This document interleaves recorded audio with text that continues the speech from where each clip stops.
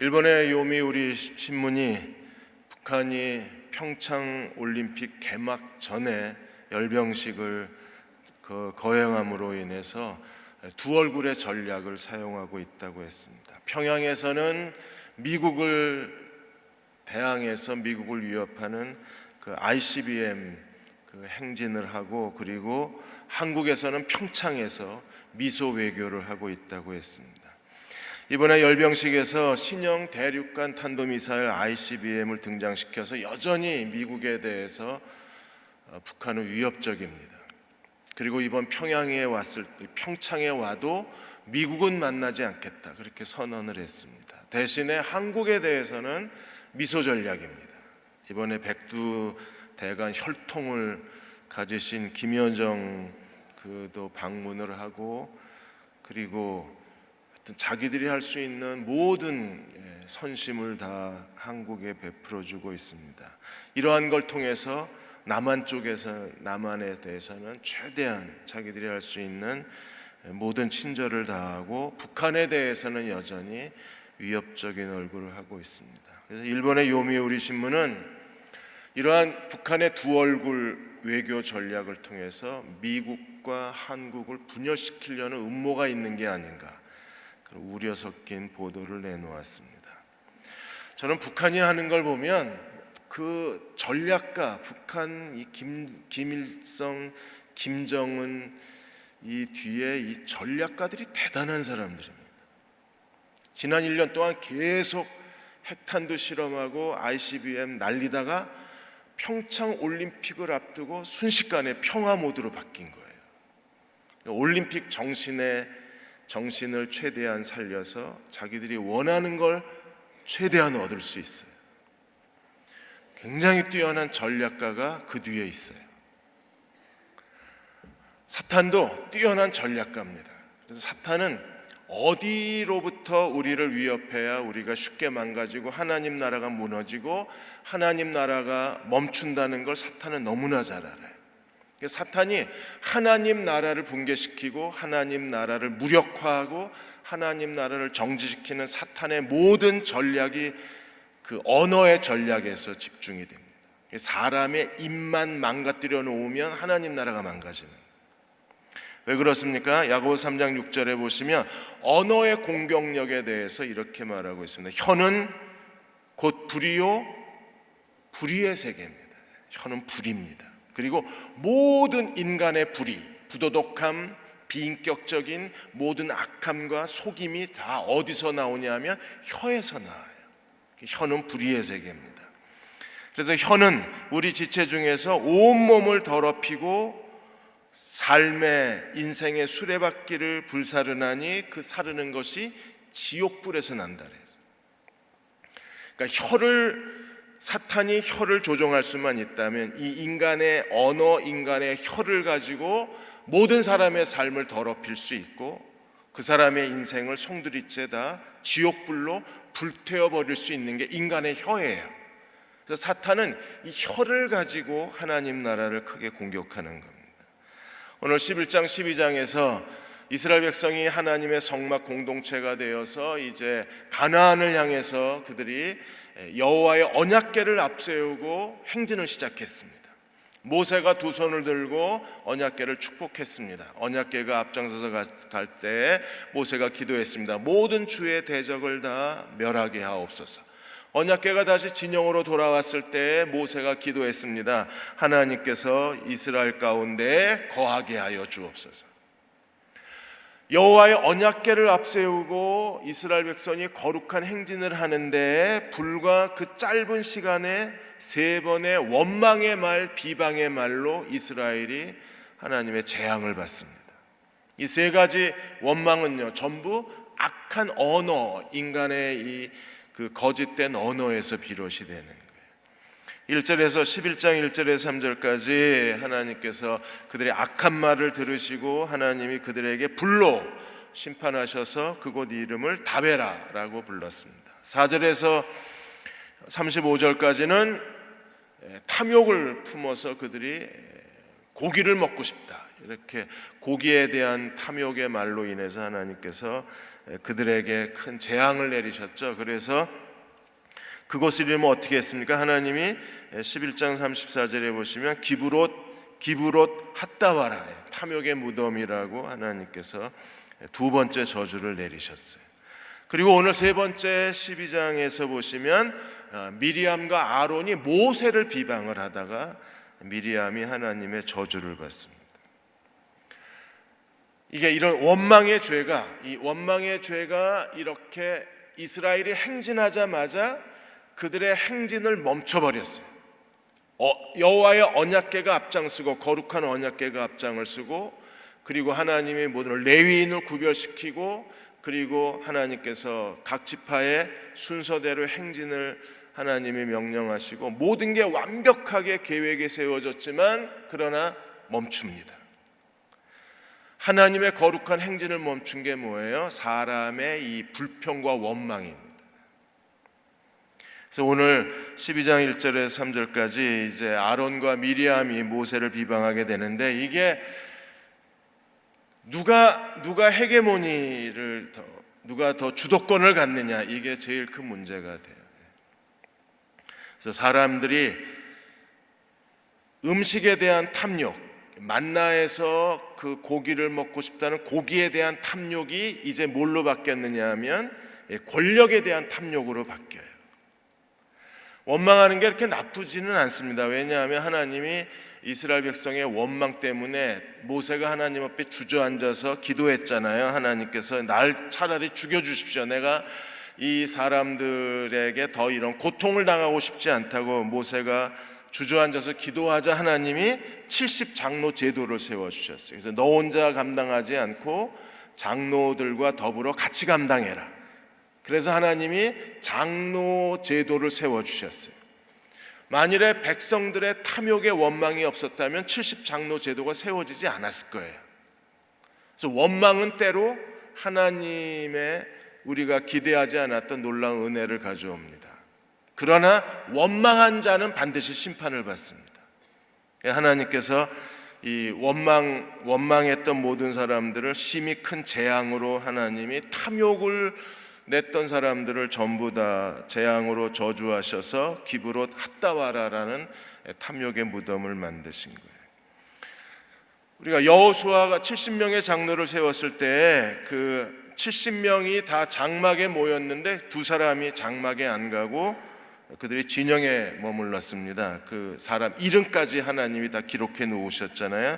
11장 26절에 엘닷 그리고 메닷이라는 이름이 닷으로 끝나는 사람들이 장막에 안 가고 진영에 머물러 있었어요. 근데 하나님이 이미 백성들이 70장로로 세운 사람이기 때문에 장막에 머물지 않아도 하나님의 신이 그들에게 임한 겁니다. 그래서 여호수아가 이 모습을 보고 놀래서 여호수아가 모세에게 와서 뭐라 그랬습니까? 28절에 11장 28절에 보시면 내 주 모세여 그들을 말리소서. 저건 안 됩니다. 모세의 말을 듣지도 않고 질서도 어기고 명령도 어긴 저 사람들을 금지시키십시오. 그러자 모세가 뭐라 그랬어요? 하나님은 모든 백성이 다 선지자 되기를 원하신다. 이 여호수아가 이 말을 했을 때 모세가 뭐라 그랬습니까? 29절에 네가 나를 두고 시기하느냐 질투하느냐. 그러니까 모세를 향한 질투심. 이 두 사람이 모세를 거역하고 모세의 명령을 불순종하고 그들이 여호와의 장막에 모이지도 않았는데 하나님께서는 관대하게 백성이 세운 이 엘단 메닷에 여호와 신이 강림을 하니까 그게 이제 여호수아는 못마땅했던 거예요. 그래서 여호수아의 그 행동이 모세가 볼 때에는 모세를 향한 질투심으로 보인 겁니다. 그러니까 모세의 권위를 인정하지 않는 두 사람을 하나님이 저렇게 황홀경에 빠뜨릴 수는 없다. 여호와의 신이 그들에게 임해서는 안 된다. 그래서 금지시켜달라 이렇게 모세에게 명령을 한 겁니다. 그런데 모세는 하나님은 다 선지자 되기를 원하신다 그러셨어요. 이게 어떤 그 권세에 대한 그 시기심과 권세에 대한 탐욕이 이미 여호수아부터 이게 70장로를 세울 때 여호수아로부터 시작이 돼서 이게 미리암과 아론까지 확대되어져 가는 거예요. 그래서 오늘 12장 1절에 보시면 모세가 구스 여자를 취하였더니 구스 여자를 취하였으므로 미리암과 아론이 모세를 비방하니라. 모세가 또 재혼을 했나? 이래서 우리가 재혼을 한 흔적을 찾아보려는데 성경에 재혼한 흔적이 없어요. 근데 여기서 구스 여자를 취했다는 게 도대체 무슨 말이냐? 아마도 모세가 출애굽을 한 뒤에 출애굽기 18장에 보시면 장인 이드로하고 아내하고 십보라하고 아이들이 뒤늦게 찾아오잖아요. 그러니까 나중에 찾아옵니다. 그러니까 처음부터 모세와 함께 있었던 게 아니고, 그러니까 뒤늦게 찾아왔을 때에 아마도 미리암이 이 십보라에 대해서 괜히 시비를 걸고 있는 거예요. 십보라는요, 미디안 여자입니다. 근데 미디안 족속은 우리가 전에도 본 것처럼 미디안 족속은 여러 민족이 함께 연합체를 이룬 거예요. 그 여러 민족 가운데 거기에 구스 족속도 들어가 있는 겁니다. 그리고 아마도 이 십보라는 구스 족속이었을 걸로 추정을 합니다. 구스는요, 아프리카 이디오피아와 그 주변 지역을 가리키는 겁니다. 또 구스라는 말은 아프리카 이디오피아하고 주변 국가를 가리킬 뿐 아니라 구스라는 말은 아름답다는 뜻도 있어요. 그러니까 아마 십보라가 아름다운 여자였을 겁니다. 미디안 족속이면서도 아름다운 여자였기에 아마 구스 여자라고 그렇게 별명을 가질 수도 있어요. 지금 미리암은요, 이 미리암이 십보라, 이 미디안 여자 모세의 아내를 가지고 시비를 거는 건데, 실제로는 모세의 아내가 시비의 대상이 아니라 그 십보라를 통해서 지금 그 미리암이 모세의 권위를 비방하고 있는 거예요. 핑계예요, 이거는. 구스 여자를 취하였다, 이거는 핑계거리입니다. 실제로 공격은 누구예요? 모세를 공격하는 거예요. 모세를 공격하기 위해서 지금 핑계거리를 찾은 게 십보라가 구스 여자라는 겁니다. 그래서 비방을 했습니다. 그러자 어떤 비방을 했어요? 2절에 보시면 미리암과 아론이 와서 그 모세에 대해서 대적한 말이 무엇입니까? 여호와께서 모세와만 말씀하셨느냐, 우리와도 말씀하지 아니하셨느냐. 그러니까 자기들을 누구랑 대등하게 두는 거예요? 모세하고 자기들을 대등하게 두는 거예요. 이게 사람이요, 이게 자만심이 들어가면 순식간에 이 권위의 질서가 무너져서 이제 미리암이 이 모세에 대해서 하나님이 너하고만 말씀하셨냐, 우리하고도 말씀하지 않으셨냐, 너나 우리나 똑같다는 겁니다. 이렇게 모세를 비방했는데 하나님이 어떻게 하셨어요? 그 비방의 말을 하나님이 들으셨어요. 하나님이 들으시면 이제 끝난 겁니다. 우리가 11장 1절에서도 백성들이 악한 말로 원망하는 걸 누가 들으셨어요? 하나님이 들으셨어요. 그리고 다베라, 여호와의 불이 와서 그들을 심판하셨어요. 미리암이 모세를 비방하는 말을 누가 들었습니까? 하나님이 들으셨어요. 그리고 이제 하나님이 미리암을 심판하시는 겁니다. 하나님께서 이스라엘 백성을 위해서 세 사람을 보내주셨습니다. 우리가 그 미가서에 보시면 하나님이 세 사람을 보내주셨어요. 미가서 6장 4절에 내가 너를 애굽 땅에서 인도하여 내어 종노릇 하는 집에서 속량하였고 모세와 아론과 미리암을 내 앞에 보냈느니라. 하나님이 이 삼남매를 보내신 거예요. 출애굽하는 이스라엘 백성을 위해서. 그러나 각각 역할은 다릅니다. 출애굽의 최고 지도자는 누구예요? 모세입니다. 그리고 아론은 대제사장이 되어서 이스라엘 백성들의 모든 종교 생활의 우두머리는 아론입니다. 미리암은요, 여선지자가 되어서 이스라엘 백성들로 하여금 하나님을 향하도록 백성들을 이끌어가는 영적 지도자가 미리암이었어요. 그러므로 각각 자기 역할이 있는 겁니다. 하나님이 모세와 아론과 미리암 세 사람을 보내셨긴 했지만, 그러나 그 사람들이 다 똑같지만 그러나 똑같지는 않잖아요. 그러니까 미리암이 지금 모세를 향해서 여호와가 너하고만 말씀하셨느냐, 우리하고 말씀하셨다고 비방하는 건 미리암이 큰 잘못을 저지르는 거예요. 어떤 사람이 천국에 갔는데 천국에 안내하는 천사가 천국부터 보여주겠다 그러고 이제 천국을 가는데 한쪽에 그 사람의 혀가 잔뜩 쌓여 있는 거예요. 그리고 또 한쪽에는 사람의 귀가 잔뜩 쌓여 있는 거예요. 천사한테 이 혀가 뭐냐 그랬더니 목사들 입이라고. 목사들이 하나님 말씀을 입으로 전했기 때문에 입만 천국 오고 몸은 못 왔대요. 여러분 나중에 저 찾지 마세요. 입만 가 있을 거예요. 삶이 못 따라가는 겁니다. 그래서 귀는, 성도들이 귀로 하나님 말씀을 들어서 귀는 천국에 왔는데 몸뚱이는 못 간 거예요. 그리고 이제 지옥을 가서 구경하는데 지옥도 똑같이 한쪽에는 사람의 입, 혀가 잔뜩 쌓여 있는 거예요. 천사한테 물어봤습니다. 천국에 있는 혀는 뭐고 이거는 뭐냐 그랬더니 이 혀는요, 사람들에게 온갖 원망과 불평과 비방과 거짓과 그리고 날카로운 혀처럼 사람들에게 상처를 준 입이래요. 어마어마하게 쌓여있는. 천사가 저쪽도 갈래 그랬더니 이 사람이 나 이제 그만 봐도 된다고 그리고 꿈에서 깼답니다. 백성들의 원망의 말 혀예요. 그리고 탐욕의 말 혀입니다. 우리는 이제 이 만나가 지긋지긋하다 그래서 순식간에 이 불만이 사람들에게 전염이 돼 버렸잖아요. 그리고 미리암의 이 말도 혀예요. 그러자 어떤 일이 벌어졌습니까?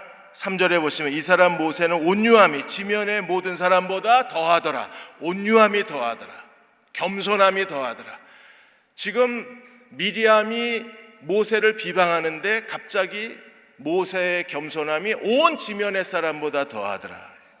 그래서 도대체 이게 무슨 말인가 학자들이 많이 연구를 했습니다. 여기에 온유함은 겸손함이고 이 겸손하다는 말은요, 그 알렌이라는 구약신학자가 이 단어의 기본적 의미는 연약하고 착취를 당한다는 그런 뜻입니다. 비참하다는 뜻이에요. 그래서 온유라는 말을 비참함으로 바꿀 수 있다는 거예요. 미리암이 모세를 비방하자 모세의 비참함이 모든 사람보다 더 컸다는 겁니다. 이게 더 정확한 해석입니다. 모세는요, 자기가 가장 믿고 의지할 사람이 누굽니까? 형하고 누나잖아요. 근데 가장 의지해야 할 가족으로부터 비방을 당하는 겁니다. 그러자 모세가 어떻게 됐어요? 비참함이 커진 겁니다. 우리는 이미 11장 11절에 15절까지 그 탐욕을 품은 사람들의 그들의 그 말로 인해서, 원망으로 인해서 모세는요 정말 그 비참해졌잖아요. 그래서 그가 하나님 앞에 기도할 때 15절에 보시면 나를 죽여 이 고난을 보지 않게 하여 주옵소서. 그리고 11장 11절에 뭐라 그랬어요? 왜 이 백성을 나한테 맡겨서 이 무거운 짐을 지게 하느냐. 모세가 비참함이 컸습니다. 그런데 이번에 미리암의 이 비방은요 완전히 모세를 비참함에 빠뜨려 버렸어요. 격려받아야 될 사람한테 오히려 비방을 당한 겁니다. 위로받아야 될 사람에 의해서 오히려 모세는 함정에 빠진 거예요. 가장 신뢰했던 사람에게서 모세는요 위로의 말을 듣지 못하고 오히려 가장 비참한 상황에 처하게 된 거예요. 우리가 하나님을 섬길 때 이런 일들을 겪을 때가 있습니다. 그럴 때 우리는 내 마음 어디에 두어야 될지 잘 모르잖아요. 그것 때문에 우리는 너무나 힘들어할 때가 많이 있습니다. 우리가 하나님 앞에 지도자는요 이렇게 지도자의 갈등을 일으키고 누가 더 크냐고 다툼을 일으키고 누가 더 인정받느냐고 그 권세로 인해서 서로를 시기하고 서로를 비교할 게 아니라 진정한 지도자는 어떤 사람입니까? 백성을 섬기는 사람이지 백성 위에 군림하는 사람이 아니잖아요. 미리암이 그렇게 해서 동생을 비방해서 찍어 누른다, 그렇게 동생을 비참하게 만든다고 자기가 더 영광스러워지는 건 아니잖아요. 근데 그 순간에 어떤 시기심, 그 순간의 굴욕감, 그 순간의 열등감을 못 이기고 기어이 모세를 잡아 끌어내리면 그로 인해서 자기가 더 높아지나요? 아니에요. 자기도 비참해지고 모세도 비참해지는 거예요. 그런데도 사람들은 그 증오심과 그 분노와 열등감과 왜 나를 무시하느냐, 왜 내가 인정받지 못하느냐, 너는 나를 인정해야 되지 않느냐, 그런 욕망에 쌓여서 사람들을 자꾸 끌어내리는 거예요. 그게 비방의 죄잖아요. 어떤 사람이 진정한 지도자인가요? 예수님이 뭐라고 말씀하셨어요? 마태복음 20장 21절에 세베대의 두 아들의 어머니가 예수님을 찾아와서 뭐라 그랬습니까? 하나는 주의 좌편에 하나는 주의 우편에 앉게 해달라고. 누구나 다 그런 욕망이 있잖아요. 좌편과 우편을 앉고 싶은 욕망이 사람들에게 다 있을 거예요. 그러자 예수님이 진정한 지도자에 대해서 뭐라고 가르쳐 주셨습니까? 26절에 28절까지 너희는 그렇지 말라. 세상 사람들이 하는 것처럼 너희는 그래서는 안 된다. 하나님 나라의 리더십은 무엇입니까? 너희 중에 누구든지 크고자 하는 사람은 반드시 뭐가 돼야 돼요? 섬기는 자가 돼야 돼요. 모세를 잡아 끌어내린다고 자기가 높아지는 게 아닙니다. 그런데도 미리암은요, 모세를 잡아 끌어내리고 있는 거예요. 오히려 높아지려면 하나님 나라 법칙대로 해야 됩니다. 하나님 나라에서 누가 진정으로 높은 사람입니까? 섬기는 사람입니다. 이걸 기억하셔야 돼요. 이걸 잊어버리면 우리도 미리암의 죄에 빠지는 거예요. 이걸 잊어버리면 우리도 아론의 죄에 빠지는 거예요. 27절에 누구든지 으뜸이 되고자 하면, 다 으뜸이 되고 싶잖아요. 으뜸이 되고자 하면 어떻게 해야 됩니까? 너희 중에 으뜸이 되고자 하는 사람은 너희의 종이 되어야 하리라. 종의 정신을 갖고 살면 하나님 나라에서 그가 가장 으뜸인 사람인 거예요.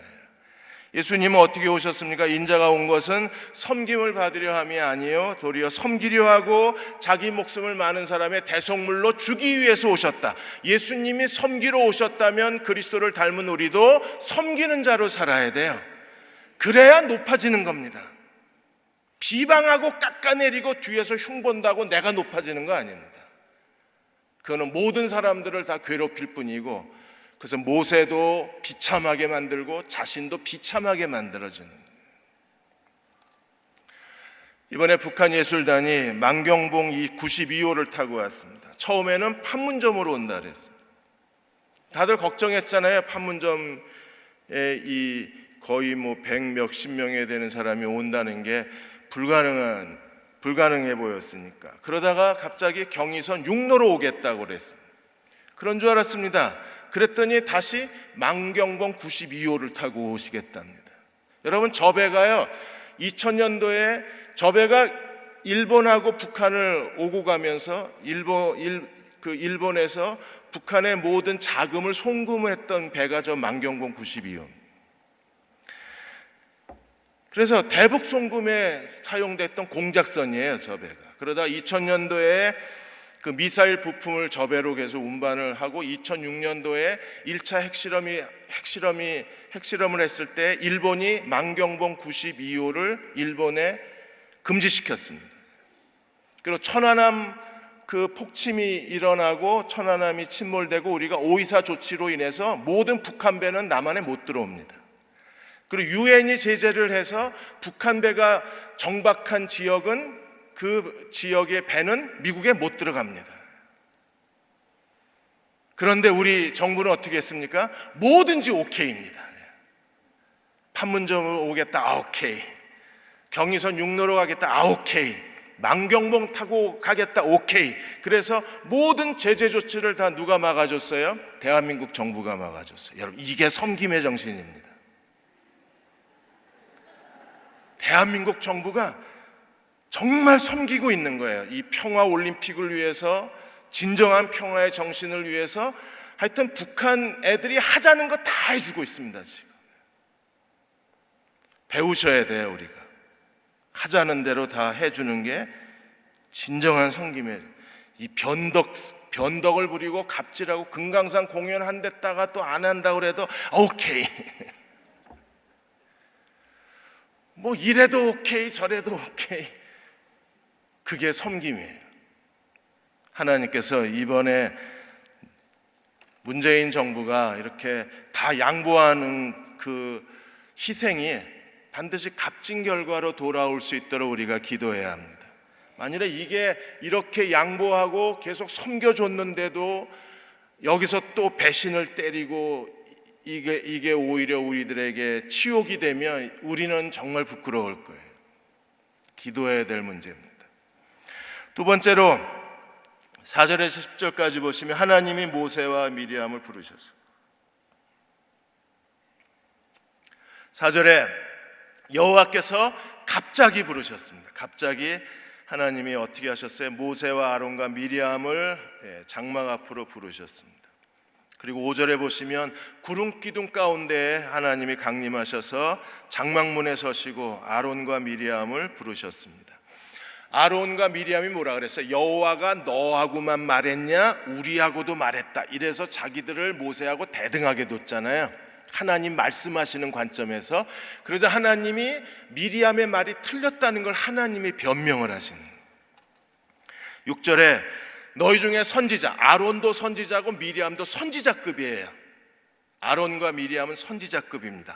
하나님이 선지자급하고 말씀하시는 방식이 있어요. 어떻게 말씀하십니까? 나 여호와가 환상으로 나를 그에게 알리기도 하고 꿈으로 그와 말하기. 환상과 꿈이 선지자들하고 말씀하시는 방식이에요. 그러나 모세는 선지자가 아닙니다. 모세는 어떤 사람이에요? 7절에 내 종 모세와는 그렇지 아니하니 그는 내 온 집에 충성된 사환이에요. 선지자가 아니라 하나님의 집의 사환입니다. 예수님은 하나님의 집의 아들이시고 모세는 하나님의 집의 사환입니다. 그래서 온 하나님의 온 집에 충성된 모세를 통해서는 하나님이 어떻게 하셨어요? 얼굴과 얼굴과 그리고 입술과 입술로 말씀하신 거예요. 친히 대면해서 말씀하신 거예요. 환상과 꿈이라는 그 간접적 방법이 아니라 하나님이 모세하고는 은밀한 말로 하지 아니하고 얼굴 대 얼굴, 입술과 입술로 하나님 말씀하시고 심지어 모세는 하나님의 뒷모습을 본 사람입니다. 하나님의 형성을 보고는 너희가 어찌하여 내 종 모세 비방하기를 두려워하지 아니하냐. 같은 급이 아니었어요.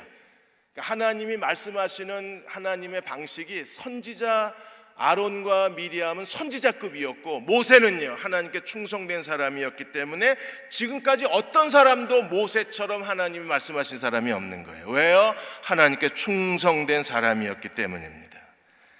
여러분도 하나님께 충성된 종들이 되시기 바랍니다. 그럼 말씀하시는 방식이 다른 거예요. 그리고 하나님이 어떻게 하셨어요? 9절과 10절에 하나님이 그들을 향하여 진노하시고 떠나시자 미리암이 나병에 걸려서 온몸이 하얗게, 온몸이 완전히 말라가지고 비듬같이 온 살갗이 비듬처럼 떨어지는 그 악성 피부염 나병에 걸린 거예요.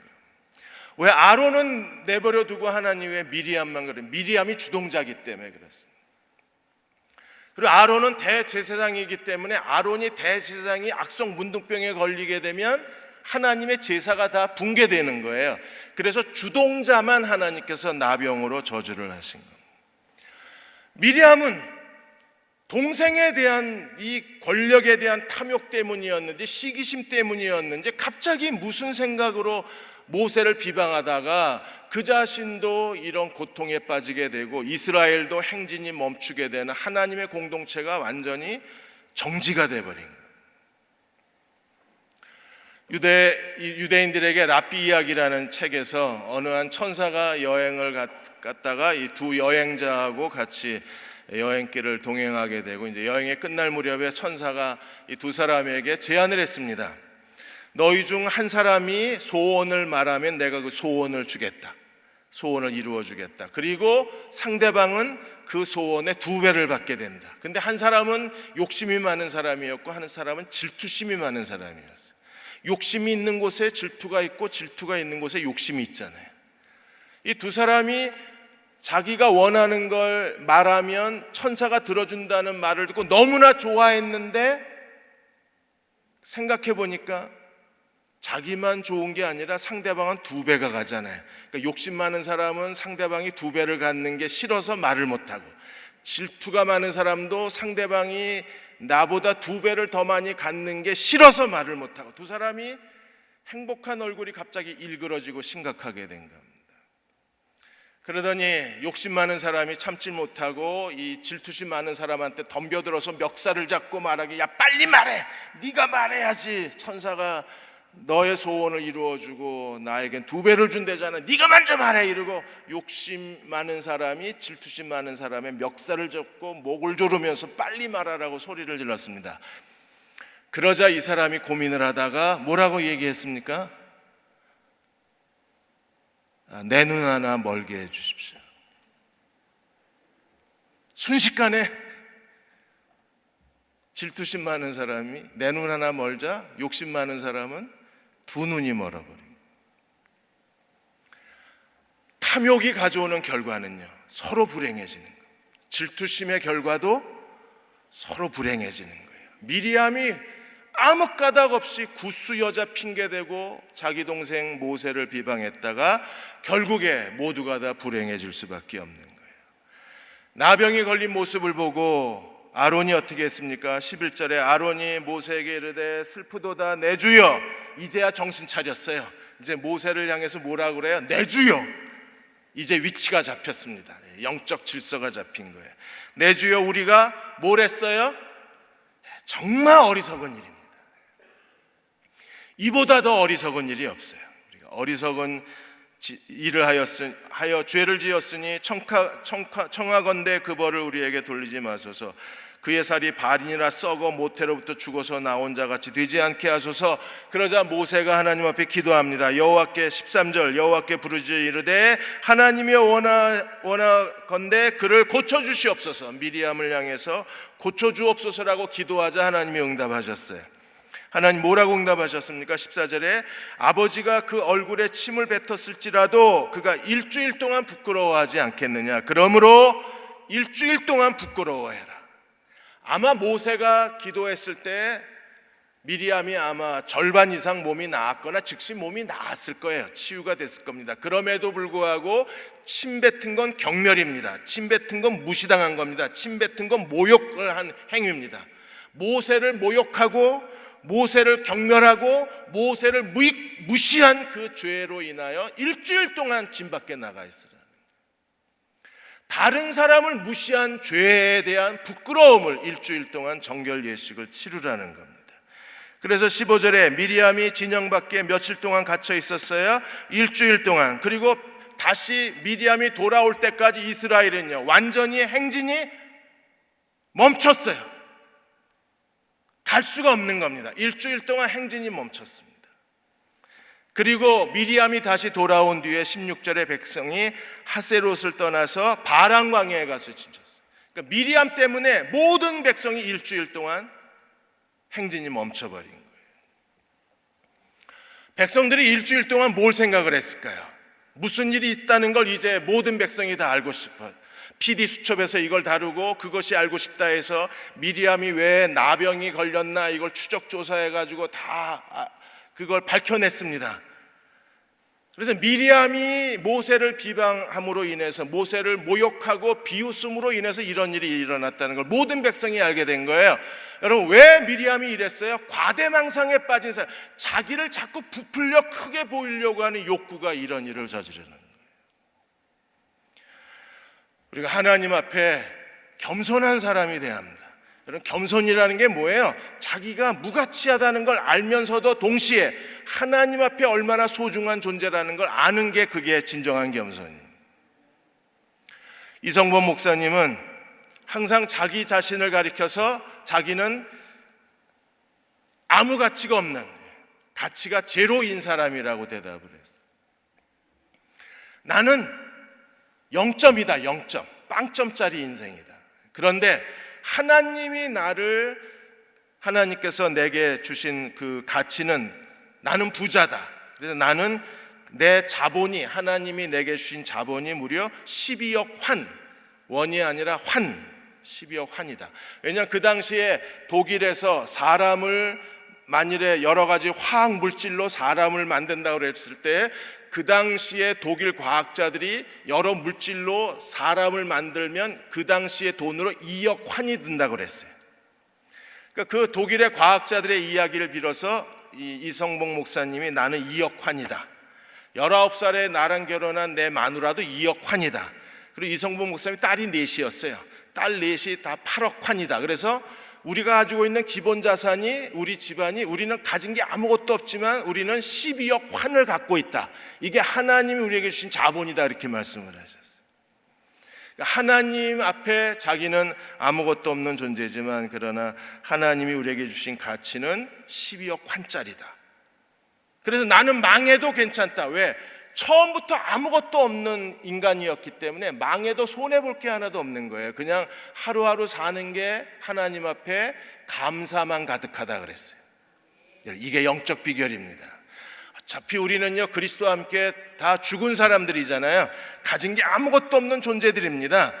망해도 괜찮은 사람들입니다. 왜? 처음부터 우리 것이 아니었으니까.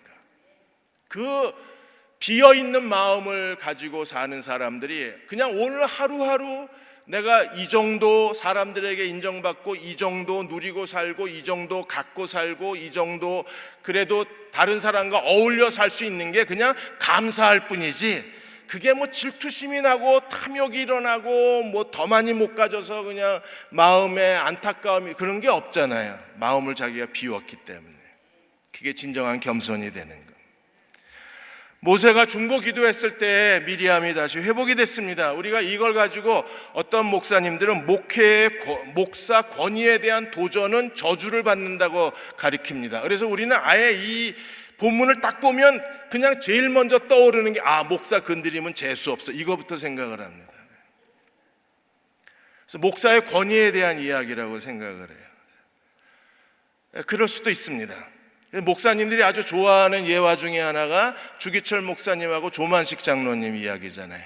어느 날 조만식 장로님이 사람들하고 이야기를 하다가 예배 시간이 늦은 거예요. 그래서 주기철 목사님이 예배를 진행하다가 조만식 장로님이 뒤늦게 들어오니까 장로님 거기 서서 예배 드리시라고. 그래서 장로님이 서서 예배 드렸잖아요. 근데 조만식 장로님이 누굽니까? 주기철 목사의 스승이시잖아요. 조만식 장로님이 운영하는 오산학교에 재학 중인 학생이 주기철 목사였어요. 감히 자기 스승인데 주기철 목사가 장로님 거기 서서 예배 드리시라고. 그래서 조만식 장로님이 서서 예배를 드립니다. 이때쯤이면 사진이 나올 건데 그러다가 이제 그 예배가 끝날 무렵에 주기철 목사님이 조만식 장로님 나와서 기도하라고 그랬더니 장로님이 나와서 어떻게 기도했습니까? 하나님 아버지, 제가 정말 죽을 죄를 졌습니다. 내 주일날 하나님 만나는 것보다 사람 만나는 걸 더 중요시한 나의 죄를 용서해 주옵소서. 그리고 주의 종의 마음을 상하게 한 죄를 용서하여 주옵소서. 그래서 교인들이 큰 감동을 받고 울음바다가 됐다. 이 얘기를 목사님들이 아주 즐겁게 얘기를 합니다. 왜요? 본받으라고. 존경할 만하잖아요, 이런 분들을. 그런데 여러분 생각해 보십시오. 목사에게 예스맨이 된다고 다 겸손한 사람인가요? 그건 아닙니다. 모든 성도들에게 존경받는 사람이고 모든 성도들을 존중해 주는 사람은 목사도 존중을 해요. 성도들이 서로를 우리가 존중하고 서로가 서로를 존경하지 못하면, 서로를 존중히 여기지 않는 공동체라면 목사에 대해서 일시적으로 굽신거릴 수는 있어도 그게 마음으로 인정하는 건 아니에요. 로마서 12장 9절에서 11절까지 사랑엔 거짓이 없나니 악을 미워하고 선에 속하라. 형제를 사랑하여 서로 우애하고 존경하기를 서로 먼저 하고 부지런하여 게으르지 말고 열심을 품고 주를 섬겨라. 사랑엔 거짓이 없습니다. 선에 속해야 합니다. 여러분, 진정한 하나님의 선이 뭐예요? 존경하는 것. 서로를 존경은 못해도 존중히 여길 수는 있어야 돼요. 사람을 존중히 여겨야 그 다음에 부지런하여 게으르지 않고 열심을 품고 주를 섬길 수 있는 거예요. 모든 우리가 그리스도의 몸의 지체들입니다. 우리 안에 다 성령님이 내주하고 계십니다. 여러분, 옆 사람을 함부로 대하시면 안 돼요. 미리암이 모세를 비방해서는 안 됐어요. 왜요? 모세는 하나님이 특별한 사람입니다. 우리가 옆 사람도 함부로 대하면 안 됩니다. 왜요? 하나님의 성령이 그분 안에 내주해 있기 때문에 함부로 대하면 안 되는 거예요. 존중히 여겨야 돼요. 서로를 존중히 여기는 사람은 목사에게도 존중히 여길 뿐 아니라 모든 사람에게 존중심을 잃어버리지 않을 수 있는 거예요. 이런 사람들이 가정에 가면 어떻게 됩니까? 가정도 그리스도와 교회의 비유잖아요. 그래서 에베소 5장 33절에 있는 것처럼 너희도 각각 자기 아내 사랑하기를 자기같이 하고 아내도 자기 남편을 뭐하라? 존경하라. 아내 여러분, 존경해 주십시오. 그게 아내가 해야 될 사랑입니다. 남편 여러분, 여러분이 해야 될 사랑이 있습니다. 예수님이 자기 교회를 위해서 자기 목숨을 다 바쳐서 희생한 것처럼 우리도 예수님이 그리스도의 몸된 교회를 자기 모든 것을 다 바쳐 사랑하신 것처럼 우리도 아내를 자기 몸처럼 사랑할 수 있어야 돼요. 이런 사랑과 존경이 가정에서도 살아나면 하나님이 그 가정을 얼마나 크게 축복하시겠어요. 이런 사랑과 존경이 가득한 가정은요, 모든 일에 항상 감사할 수밖에 없는. 윤성범 감리교 신학대학장 전 학장이셨는데 이분이 그분 책에서 간증을 하나, 자기 그 후배 목사에 대한 간증을 하나 하셨어요. 감리교 목사 그 제자 목사가 개척을 했습니다. 그리고 열심히 사역을 했는데 어느 날 그 아내가 이상해서 병원에 갔더니 위암 판정을 받았습니다. 그래서 다행히 위암 초기여서 그냥 수술하면 된다고 그랬는데도 아내는 이제 절망감이 든 거예요. 내가 이 젊은 나이에 어떻게 이렇게 암 환자가 되어서 내 인생이 이렇게 되나. 그러다 보니까 이게 개척하면서 너무 고생을 해서 그렇고, 그러다 개척해서 고생했다고 생각하다 보니까 이 남편을 잘못 만나서 이 꼴이 된 거예요. 그래서 남편 얼굴 보기도 싫고 같이 앉아서 밥도 먹기가 싫은 거예요. 남편은 이게 더 걱정이 된 겁니다. 그래서 아내를 위로하다가 이제 안 되니까 할 수 없이 이제 윤성범 그 학장, 그때 학장이셨던 목사님을 찾아가서 이제 사정 얘기를 다 한 거예요. 아내가 지금 이런 상황인데 아내가 마음을 닫았고 자기를 쳐다도 보려고 하지 않고 그냥 내버려두면 지금 식사도 안 하고 그냥 죽겠다고 저러는데 교수님 제가 어떻게 하면 좋겠느냐 그랬더니 이 학장님이 노트를 하나 사라 그러면서 아내한테, 자네도 그렇고 아내도 그렇고 매일 감사일기를 쓰라고. 그래서 아내한테 노트하고 볼펜을 사다 주면서 여보 그 윤성범 학장님 만났는데 당신도 감사일기 쓰고 나도 감사일기 쓰래. 그리고 놔두고 나온 거예요. 쓰고 싶겠어요? 남편 얼굴도 보기 싫은데. 그런데 윤 교수님이 시켰다 그러니까 갑자기 이제 마음이 좀 누그러진 거예요. 써볼까 하는 생각이 들었어요. 그래서 노트를 펴고 감사할 걸 생각을 하니까 갑자기 생각이 나요. 그래서 가장 가까운 것부터 감사를 쓰기 시작했어요. 그러다가 그 다음날 그냥 내가 이 노트에만 감사를 쓸 게 아니라 찾아가서, 어차피 죽을 거니까 찾아가서 내가 감사해야 되겠다. 사람을 찾아가서 감사하기를 시작한 거예요. 그 다음 날도 감사일기에 쓰고 찾아가서 감사하다고 얘기하고 안아주고 그 다음에 그동안 고마웠다고 감사기도 해주고, 이게 이제 사모님이 매일 하는 일이 되었습니다. 근데 어느 날 갑자기 밥맛이 좋아지고, 어느 날 잠도 진짜 잘 자고, 어느 날은 발에 막 힘도 생기고 그러더래요. 그래서 남편이 정기검진 날이 됐으니까 이제 병원에 가자고 그래서 남편이 아내를 데리고 병원에 가서 다시 MRI 찍고 했는데, 위 내시경을 했는데 분명히 암덩어리가 있었는데 사라져 버렸어요.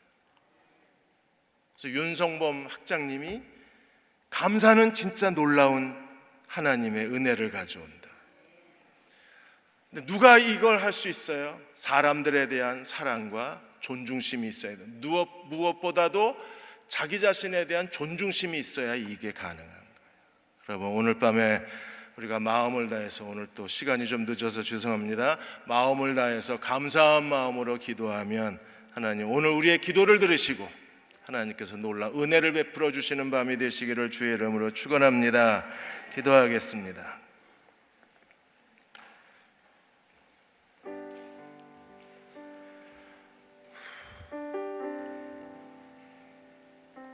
아버지 하나님,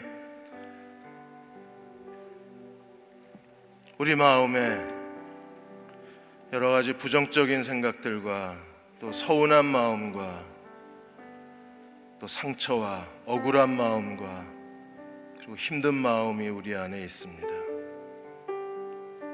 하나님, 이 밤에 우리의 모든 마음을 그리스도의 보혈로 정결하게 하여 주시고 완전히 회복시켜 주셔서 하나님 사랑과 은혜와 감사의 마음으로 기도할 수 있는 이 밤이 되게 도와주옵소서. 성령님, 도우심을 구합니다. 우리의 모든 마음에 더러움을 제거하여 주시고 정결한 몸과 마음으로 주 앞에 기도하는 이 밤이 되게 하여 주셔서 하나님이 우리의 기도를 들으시는 밤이 되게 주옵소서. 예수님의 이름으로 축복하고 기도하옵나이다. 아멘.